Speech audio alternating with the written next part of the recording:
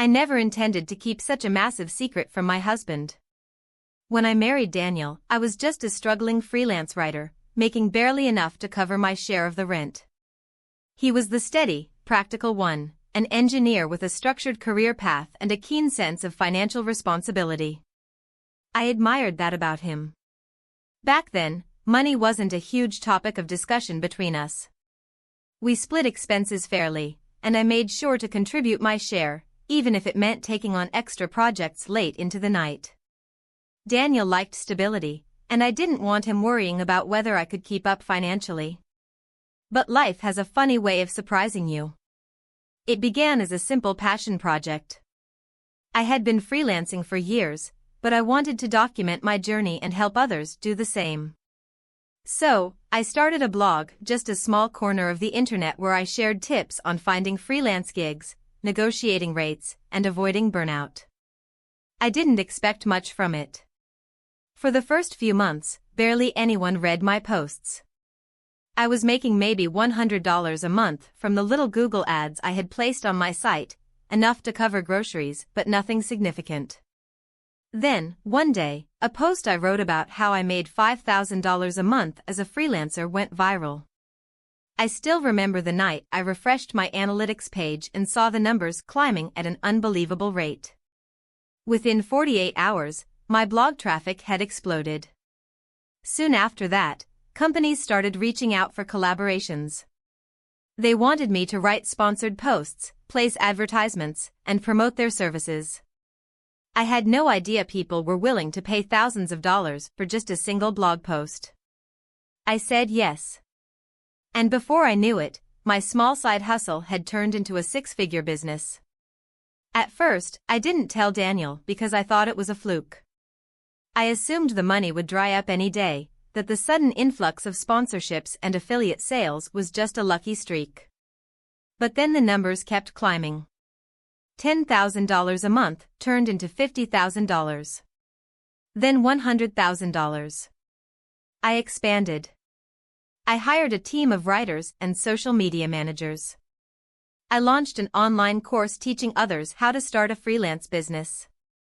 I invested in stocks, real estate, and other passive income streams. Within 3 years, I was making over $1 million annually. And yet, to Daniel, nothing had changed. I still drove the same car. I still dressed in my usual jeans and t-shirts. I still split the bills with him like always. The only thing different was that I quietly upgraded my personal savings account and started investing aggressively. I told myself I would tell him soon. But as time passed, it became harder and harder to bring up. How do you casually mention to your husband that you're a millionaire? It all came to a head one lazy Saturday morning. We were sitting in the kitchen, sipping coffee, when Daniel brought up his dream car, an Audi he had been eyeing for years. "I've been saving up," he said. "If I keep setting aside money, I think I can afford it by next year." I hesitated. The guilt that had been building inside me finally boiled over. "What if you didn't have to wait?" I asked. He chuckled. "Unless you've got a hidden stash of cash somewhere, I don't see any other way." I swallowed hard. "Actually, I do." His smile faded. "What do you mean?" I took a deep breath. "I make over $1 million a year." Silence. Then laughter. "Come on, be serious." "I am serious, Daniel," I said, my voice quiet but firm. "I've been running a business for the past few years, and it's been incredibly successful. I didn't tell you because I wasn't sure how to, Anne. I didn't want it to change things between us." His face went pale. "Wait. Are you joking?" I shook my head. "I can show you my accounts." The next few minutes felt surreal. I opened my laptop and pulled up my bank statements, showing him the numbers, real, undeniable proof. His eyes widened as he scrolled through the transactions. "This can't be real," he whispered. "It is," I said. "And I'm so sorry for not telling you sooner." Daniel leaned back in his chair, rubbing his face in disbelief. All this time, you've been making this much money? His voice was quiet, but there was an edge to it. And you still let me stress over every bill? Every little expense? I winced. I wasn't trying to deceive you. At first, I didn't say anything because I wasn't sure it would last. Then, as time went on, I got scared that telling you would change things. He let out a humorless laugh. Of course it changes things, Maz. We could have been making completely different financial decisions. We could have bought a bigger house, invested together, traveled more, hell, I wouldn't have been stressing over car payments or saving pennies for vacations. Guilt hit me like a tidal wave. I know, I said softly. And I regret not telling you sooner. I didn't want you to feel like you weren't enough. His expression softened, but there was still hurt in his eyes. This isn't about me being enough, he said. It's about trust. We're supposed to be partners, Maz. I just don't understand why you didn't think you could tell me. I swallowed the lump in my throat.